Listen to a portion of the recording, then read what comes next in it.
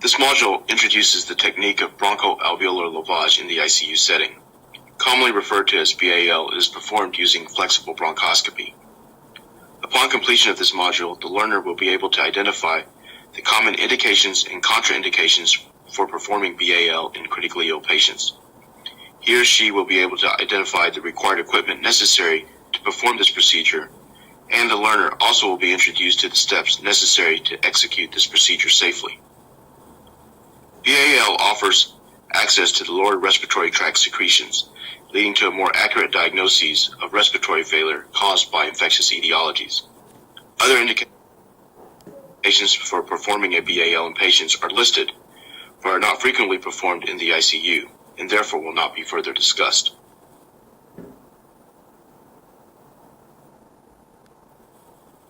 The concept of BAL is straightforward. It relies on administering aliquots of sterile, non-bacterial static saline toward a targeted area of lung. This allows the instilled saline to mix with the alveolar content. The sample fluid is then collected by suction aspiration through the bronchoscope and sent for analysis. For infections, BAL should be targeted at the area of most disease radiographically. If no specific area can be defined, which can be the case with diffuse parenchymal processes such as ARDS, the BAL can be directed at either the middle lobe or the lingula. Patients with hemodynamic instability, or those who cannot tolerate increased intracranial pressures, should not have bronchoscopy performed.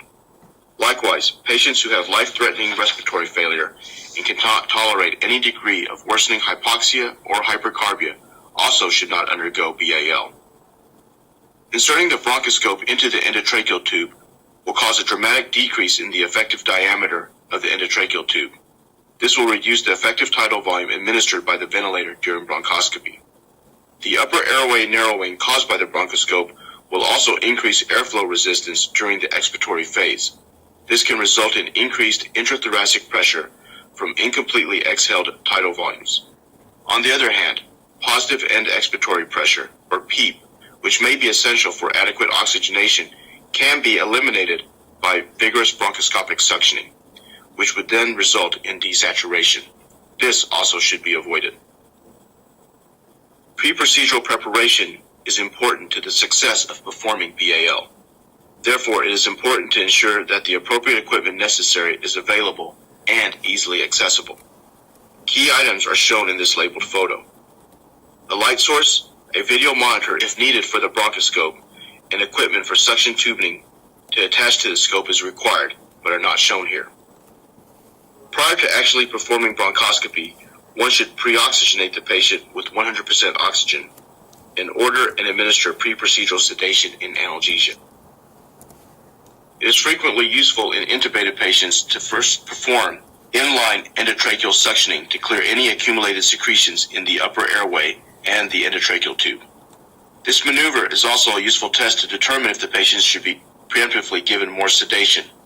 In this example, 1 to 2 milliliters of 2% lidocaine can be administered via the endotracheal tube before the bronchoscopy adapter is attached to dampen this patient's airway sensitivity. Once inserted, the bronchoscope is guided as far as possible into the peripheral airway of the target location, avoiding use of suction if possible. Additional 1 to 2 milliliters of 2% lidocaine can be administered and directed at the carina and other bronchial bifurcations to decrease the airway irritation associated with bronchoscopy. Once wedged in the peripheral airway, it is often useful to apply brief, gentle suction to determine if the airway collapses with suctioning. If collapse of the airway lingers after the suction button is released, the scope may be wedged in too deeply and need to be retracted slightly.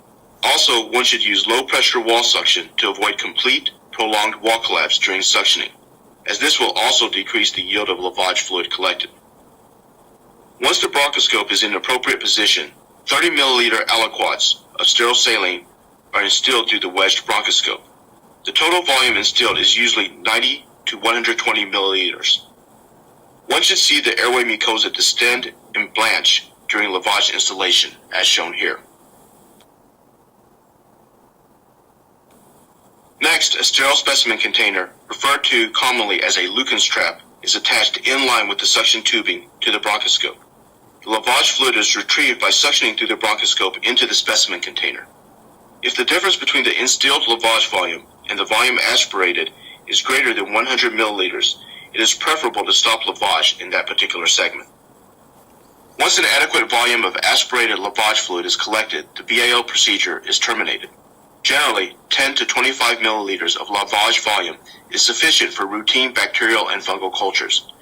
However, larger volumes may be required depending upon the specific tests to be run. Once the BAL is completed, the bronchoscope can be withdrawn or redirected. The collected sample is properly labeled and transported to the laboratory for analysis. It is unnecessary to routinely obtain a post-bronchoscopy radiograph unless there is a clinical indication.